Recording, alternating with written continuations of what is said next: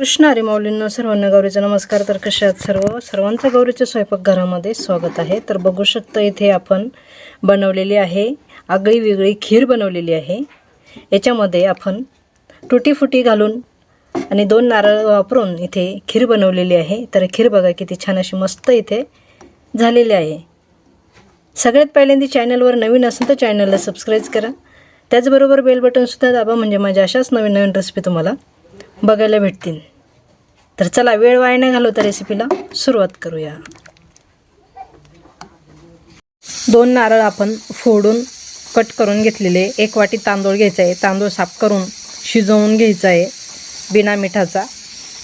खोबरं छान मस्त बारीक कट करून दळून घ्यायचं आहे. खोबरं मिक्सरला थोडं थोडं दळून घेऊया. 2 नारळाचं खोबरं आहे तेव्हा थोडं थोडं दळा. खोबरं बारीक दळून घेतलेले. वनस्पती तूप घेतलेले. पातेला गरम करून घेऊया. वनस्पती तूप घालून घेतलेले. पातेलं छान गरम होतंय. खोबरं घालून घेऊया. नारळ छान परतून घेऊया. छान परततो तोपर्यंत आपण भात छान शिजलेला आहे हटवून घेऊया.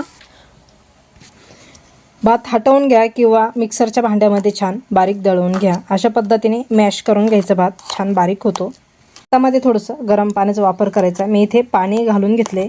भातामध्ये छान मॅश करून घ्यायचं आहे. मॅश करायला सोपं जातं पाणी घातल्यानंतर, नाहीतर मग आधीच पाणी जास्त ठेवायचं. खोबऱ्यामध्ये आपल्याला परतवायला थोडेसे ड्रायफ्रूट घालायचे आहे. इथे मी थोडेसे ड्रायफ्रूट घेतलेले बारीक करून खोबऱ्यामध्ये परतून घेऊया. थोडेसे ड्रायफ्रूट फोडून घेतलेले खोबऱ्यामध्ये घालून घेऊया. छान परतून घेऊया. थंड दूध घालून थोडं थोडं भात दळून घ्यायचं आहे आपल्याला. 1 लिटर दुधामध्ये पद्धतीने मी तांदूळ दळून घेतलेलं डायरेक्ट दुधामध्येच दळून घेतलेलं आहे. खोबरं पण छान भाजलेलं आहे. याच्यामध्ये आपण दुधामध्ये कस्टर्ड पावडर घालून घेणार आहोत. थोडेसे ड्रायफ्रूटसुद्धा मी इथे घालणार आहेत. खोबरं छान भाजून झालेलं आहे. इथे मी थोडंसं ड्रायफ्रूट म्हणजे थोडंसं तुटी फुटी आणि थोडेसे केशर घेतलेलं आहे. खोबऱ्यामध्ये घालून घेऊ. छान परतून घेऊ. बनवलेलं भाताचं मिश्रण दुधामध्ये घालून घेऊया.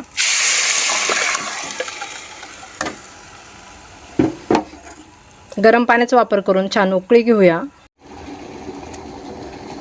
थोडंसं जायफळ आणि थोडीशी वेलची पूड घेतलेली मी 2 चमचे घालून घेऊया खिरीमध्ये.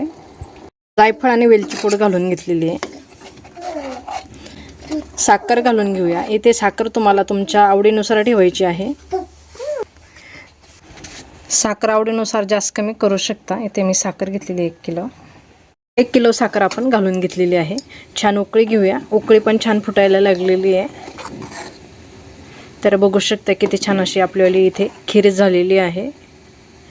खिरीची रेसिपी जर आवडली तर लाईक शेअर सबस्क्राईब नक्की करा. त्याचबरोबर बेल बटनसुद्धा दाबा, म्हणजे माझ्या अशाच नवीन नवीन रेसिपी तुम्हाला बघायला भेटतील. तर थोडीशी त्याच्यामध्ये कधीतरी एकदा तुटी फुटी टाकून बघा. मुलांना खूप आवडते. खूप छान लागते.